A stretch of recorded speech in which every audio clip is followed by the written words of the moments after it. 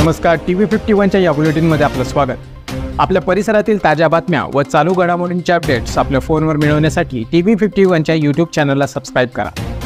बातम्यांचे नोटिफिकेशन्स मिळवण्यासाठी बेल आयकॉनवर क्लिक करायला विसरू नका।